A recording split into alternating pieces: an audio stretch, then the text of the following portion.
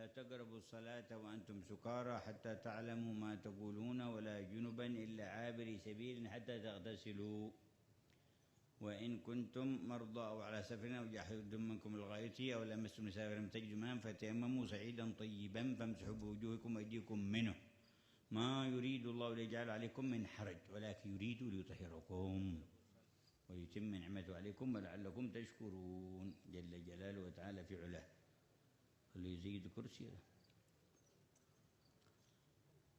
قال في شأن هذه الطهارة التي هي عدة الدخول للصلاة، قال من قال من أهل العلم في لا تقربوا الصلاة وأنتم سكارى، معلوم أن من ذهب عقله بشيء من المسكرات فهو ممنوع عليه أن يصلي.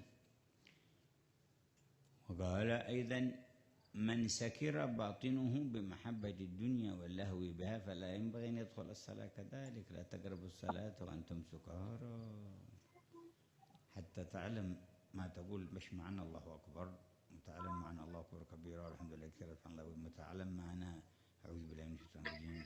إذا كنت بسم الله الرحمن الرحيم. سكران بمحبة الدنيا يا رب العالمين، اللهم صل وسلم على سيدنا محمد وعلى آله وسلم. This is the Kitab al-Tahara, the book of purification from the Ihya Imam al-Ghazali. Allah says that don't approach the prayer when you are in a state of intoxication. And likewise, don't approach the Salah in a state of distraction and intoxication, in the sense of being completely absorbed in the dunya and the things around you.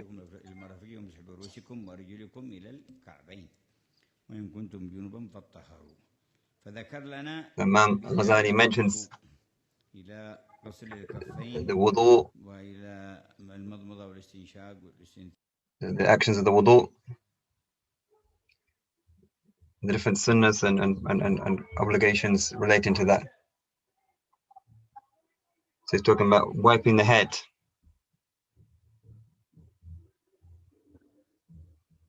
Allah says in the Quran, wipe your heads.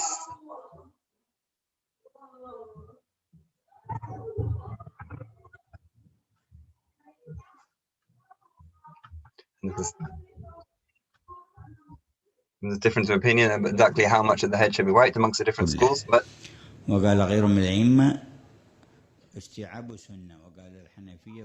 point is that it's an obligation to wipe that wipe the head. The Shafi'i say it's just in a minimum amount.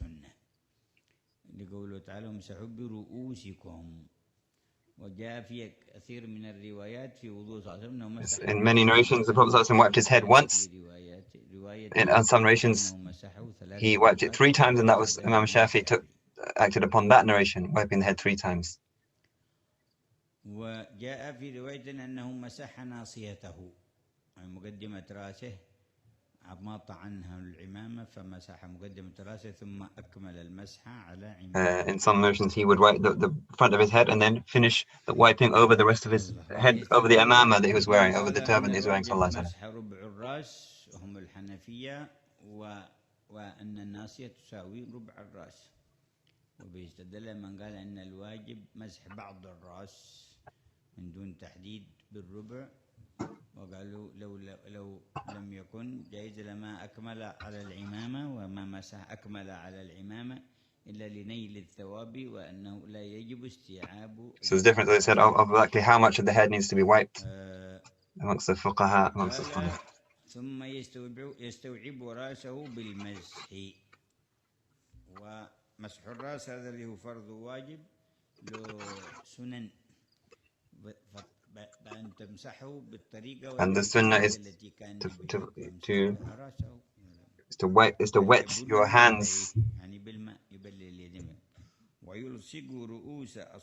and to put the right hand on the right fingers on the hand, so the fingers of the right hand on the fingers of the left hand, and then and wipe it over the head. Start from the front of the head, and the thumbs are on the ears. and you go from front to back. فإن كان له شعر ينقلب ردهما إلى الأمام. فهذا من أفضل ما ورد عنه صلى الله عليه وسلم في مسح الرأس من جملة الروايات التي وردت عنه. وقال يبل يديه ويلصق رؤوس أصابع اليمنى باليسرى على مقدمة الرأس ويمرهما إلى القفاء ثم يردهما إلى. So you go from front to back and then back to front again, and that's one. That becounts as one وهي سنة wiping. عند أكثر العلماء. Imam Shafi said it's sunnah is 3 times. The majority say it's only once. And then you wipe your ears. The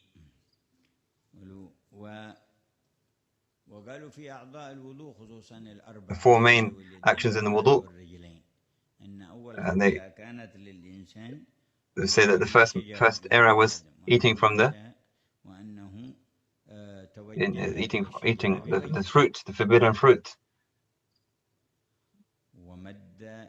So first Adam faced the tree, and then he took it with his hand, and he walked to it with his hand, with his feet. So these are the actions. So those are the body parts that were used in that first act of disobedience.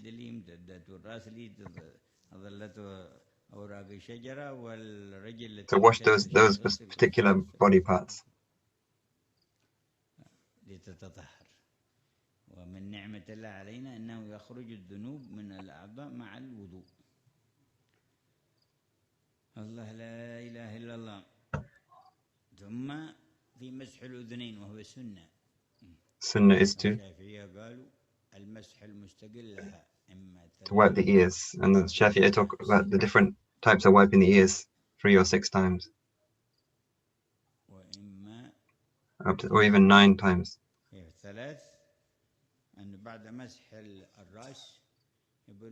So you wet your fingers, and then you put the index finger in the as you can see, just watch Habib. And the thumb goes at the back, outside of the ears. The index finger on the inside of the ear, and the thumb on the outside.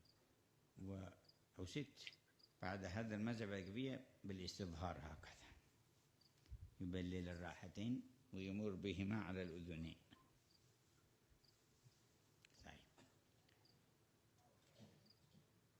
قالوا ويسن عند غسل الوجه أن يغسل معه الأذنين احتياطا. يقول من قال إنها من الوجه. Actually, when you wash your face for the wudu, you also in the process you wash your ears, and when you wipe your head, you also wipe your ears. So there's many times you are touching and wiping your ears.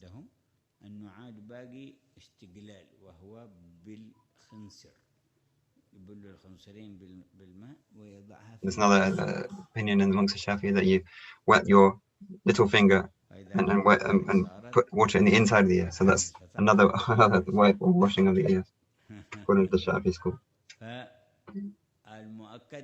But the 3 which are emphasized are those which come after the ears. The independent washing of the ears after having wiped the head. هذا سنة مسح الأذنين. وقال سيدنا الغزالي ثم يمسح أذنيه ظاهرهما وباطنهما ويقول يعني عند هذا قدم الكلام يعني يقول عند مسح الرأس يعني هذا الكلام مقدم مسح الأذنين بعد هذا الكلام يقول يعني So when you wipe your head, اللهم غشني برحمتك. Oh Allah, cover me, pour your mercy upon me. Cover me with your mercy, pour your mercy upon me. وأظلني تحت ظل عرشك يوم لا ظل إلا ظلك. هذا من الدعاء عند مسح الرأس. اللهم غشني برحمتك وسعي بركاتك وأظلني تحت ظل عرشك يوم لا ظل إلا ظلك. ثم يمسح أذنيه ظاهرهما وباطنهما. ظاهر الأذنين ما يلي الرقبة وباطنها ما يلي الوجه، لأن أذني الإنسان في بطن أمه هكذا. فهذا ظاهر وذا باطن، فهذا باطن الأذن وهذا ظاهرة، اللي ورا ظاهرة. لما خرج من بطن أمه افتكت، ظهر الباطن. لا إله إلا الله، سبحان خلاقنا.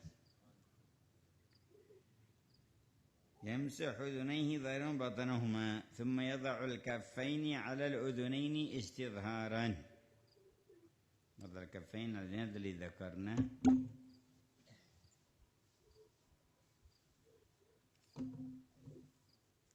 So this is all different wipings of the ears talking about. ذكرناه الثاني الضعيف الاستقلال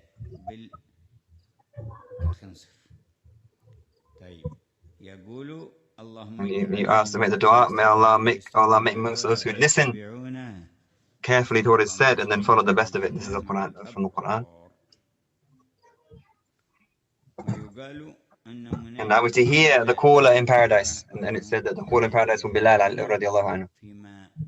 يجعله الله من اجتماعات للمؤمنين وخصوصا فيما يكون من مظهر الضيافة للأنبياء وللمقربين الصديقين، فينادي بلال أن اليوم. And then Bilal will call out that today you're all guests with such and such a prophet or such and such a person. So in this life he called the prayer, and in the next life he will call again in Jannah.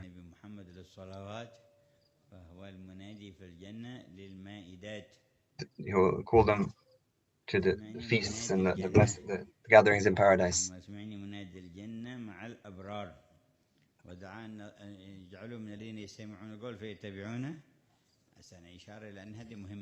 And the dua that Allahumma, oh Allah, make me amongst those who listen carefully and then follow the best. That's the purpose of hearing, is that listening to what's being said and then following the best of it, using it as listening to the speech of Allah, listening to the speech of the Prophet sallallahu alaihi wasallam. فإن قوما غضب عليهم قال لا يكلمهم الله يوم القيامة، لا يكلمهم الله يوم القيامة ولا يزكيهم ولهم عذاب أليم، وفي الآية الأخرى ولا ينظر إليهم. الله May Allah open our hearts and open our hearing. قلوبنا. وقال عن قوم ونطبع Allah says we seal their hearts and then they can't hear. And Allah says it is not the eyes which go blind, it's really the hearts which go blind.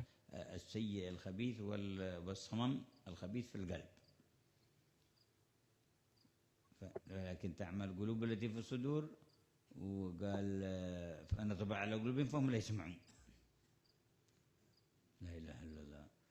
فذهبت عنهم الفائدة الحقيقية الكبرى للسمع والبصر الحسي بانطماس أسماع قلوبهم وأبصار قلوبهم. قال تعالى لهم أعين لا يبصرون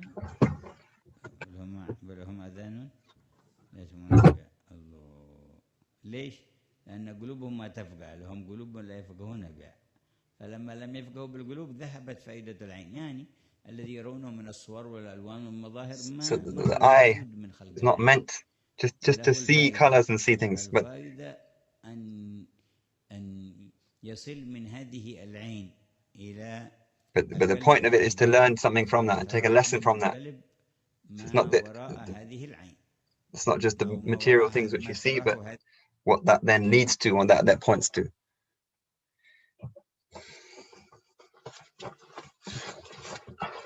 كذلك أن يسمعوا فيفرقوا بين الحق والباطل ويهتدوا، فإذا لم يهتدوا بالسمع لهم أذان ولا يسمعون بها، ما يسمعون بها كلام الحق يعني، ولهم يسمعون أي واحد يكلمهم السمع الحسي ذا، لكن ما هو.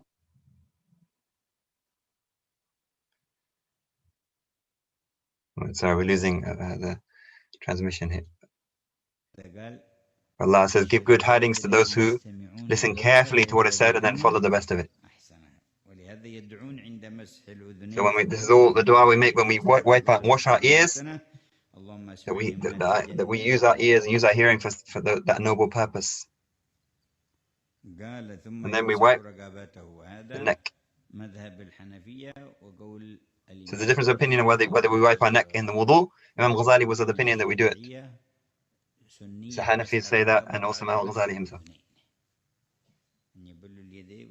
wet your hands and you wipe them over the back of your neck. Other Shafi scholars said it's sunnah not to wipe them.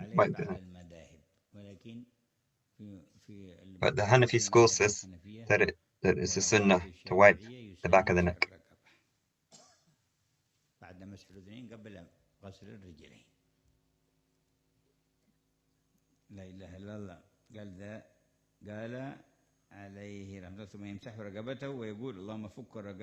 And you make the dua, save or free my neck from the fire and protect me from the fetters and the chains with which people are chained up in the hellfire. Na'udhu billah.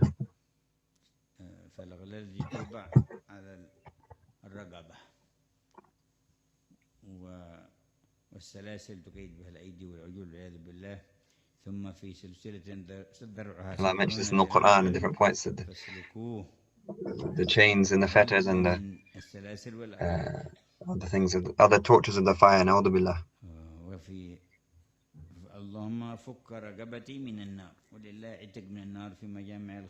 And Allah releases people from the fire at different times, especially in Ramadan, no more than time of Ramadan. At different times in the day, when people break their fast, in the morning and the evening.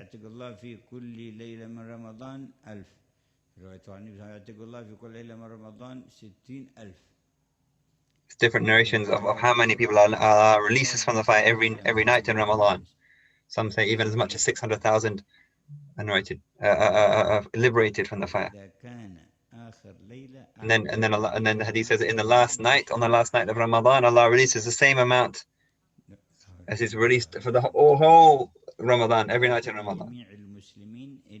But there's people who are denied this, such as those who disobey their parents, those who are alcoholics, those who these kind of people are deprived of forgiveness, even in Ramadan. Na'udhu billah.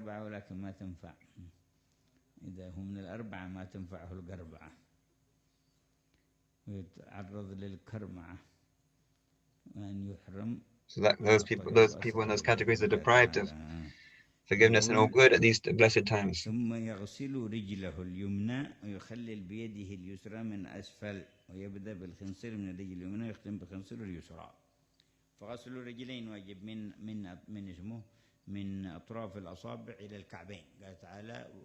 he's now talking about the feet. We wash our feet up to and including the ankle.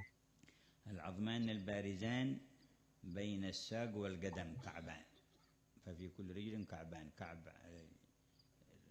طرفها اليمين وكعبها اليسار، ففي كل رجل كعبان. So Allah says in the Quran, wash your feet up until the ankle.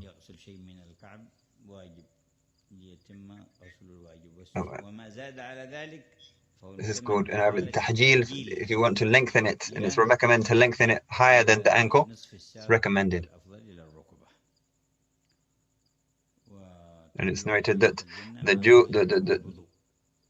jewelry in paradise, or the adornment in paradise will cover the places which you extended the wudu. And likewise, the Prophet says that he will recognize his nation on the Day of Judgment by by the light of the wudu on the places they used to make wudu in this life.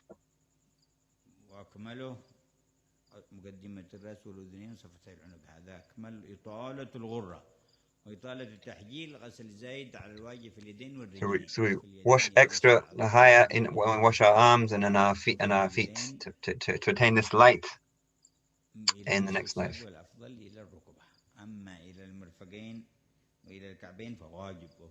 فلا بد أن يستوعبه بالمسح وما تحت الأظفار يخرجه من أي شيء من غير الجسد يجب إزالته حتى يصل الماء إلى ما بين الأظفار وقيل بالعفو عن ذلك وكذلك أظافر الرجلين ولذا سنة. And it's recommended, of course, to trim your nails regularly, so that the dirt doesn't get trapped under your nails and prevent water reaching it. And of course, people's nails grow at different paces, but no one should delay it more than 40 days. Likewise, the other types of cleanliness, shaving the underarm hair and so on, none of it should be left more than 40 days. And some people leave one nail to grow long. What's that about? Who are you following? Not following the Nabi Sallallahu Alaihi Wasallam, no one of the companions, no one of the followers. Some kind of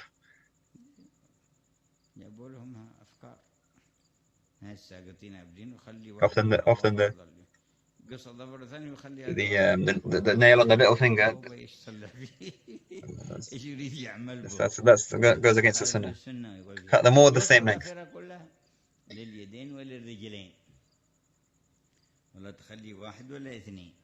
Follow the master of all creation, sallallahu alaihi wasallam. Why follow someone else? From the east or the west?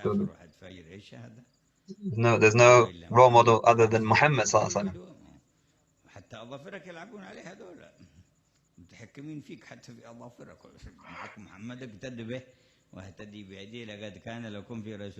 sallallahu alaihi wasallam is the best example. رجله اليمنى يخلل بيده اليسرى من أسفل سنة بخنصر اليد اليسرى. And it's sunnah to put your fingers between your toes, starting from the right toe to going right to left, to make sure water goes between the toes. Sorry. And you say, Allah, make my feet firm on the bridge, on the sirat. And then that's when you're with the right foot, and on the left foot you say, Allahumma, oh Allah, I take refuge in that my foot should slip on the bridge on the day when the disbeliever and the munafiqeen, when their feet slip.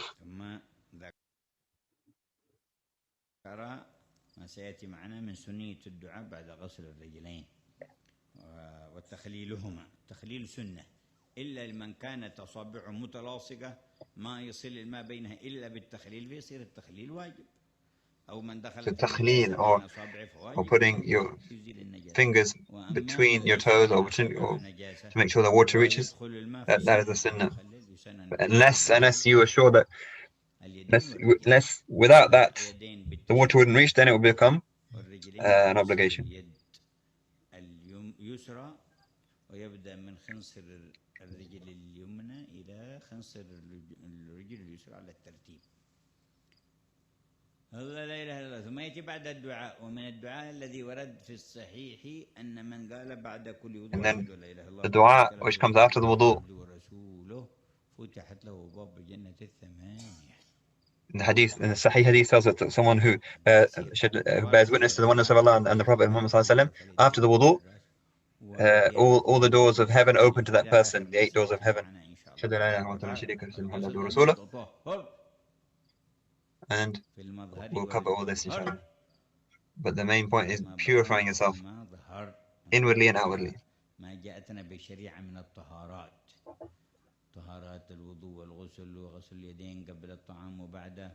So all these different types of purity, these are all things we need to stick to.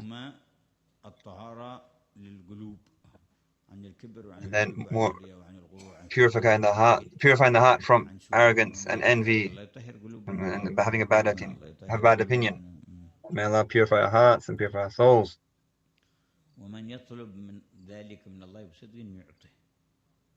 And the one who sincerely asks that from Allah, Allah will give it to them. From the time of Adam to the present day, no one who asks sincerely for purification or from anything will be deprived by Allah. So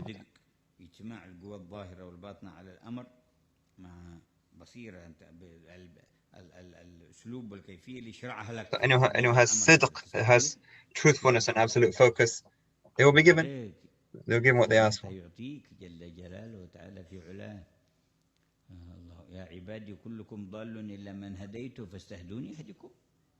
My servants, all of you are astray except those who I guide, so ask guidance from me and I will guide you. All of you are hungry except those who I feed, so ask for food and I will feed you. All of you are naked except those who ask for clothing and ask for clothing and I will clothe you.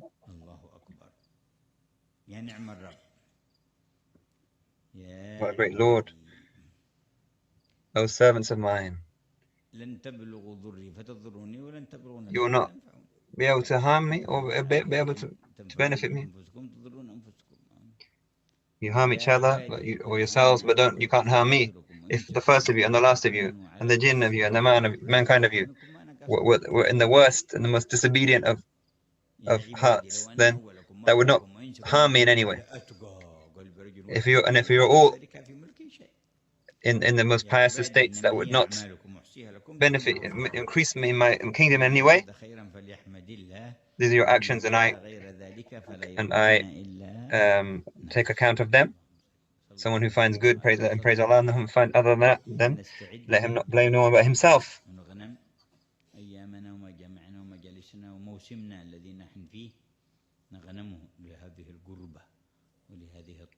All of us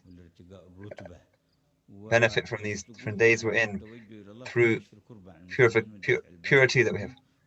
And we should need to turn sincerely to Allah that He removes harm, removes difficulty.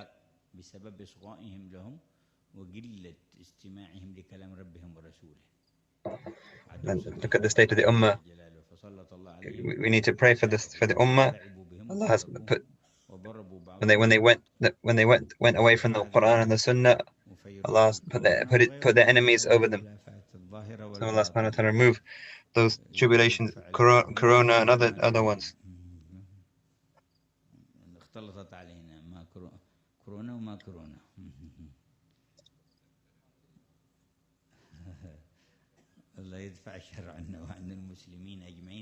With corona and those who are plotting against us.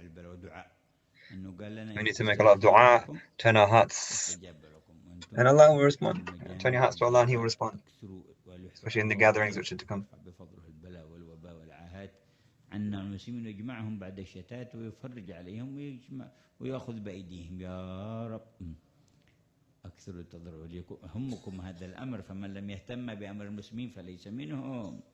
The one who is not concerned with the affairs of the Muslims is not one of them. So we need to be concerned with them. لا بأهوائنا ولا لشهوتنا ولا لغرض آخر لكن من أجله ومن أجل العبودية له ومن أجل رضاه ومن أجل نلقاه وهو راضي عنا نعمل ما شرع لنا من الاهتمام. Just do what He has required us to do and taught us to do, dua and pleading with Him and being upright, and He will take care of the rest of it. If you attempt to support Allah and His cause, Allah will give you support. We support those who believe in this life and the next life. Amen. May Allah make us answer who support the cause of Allah.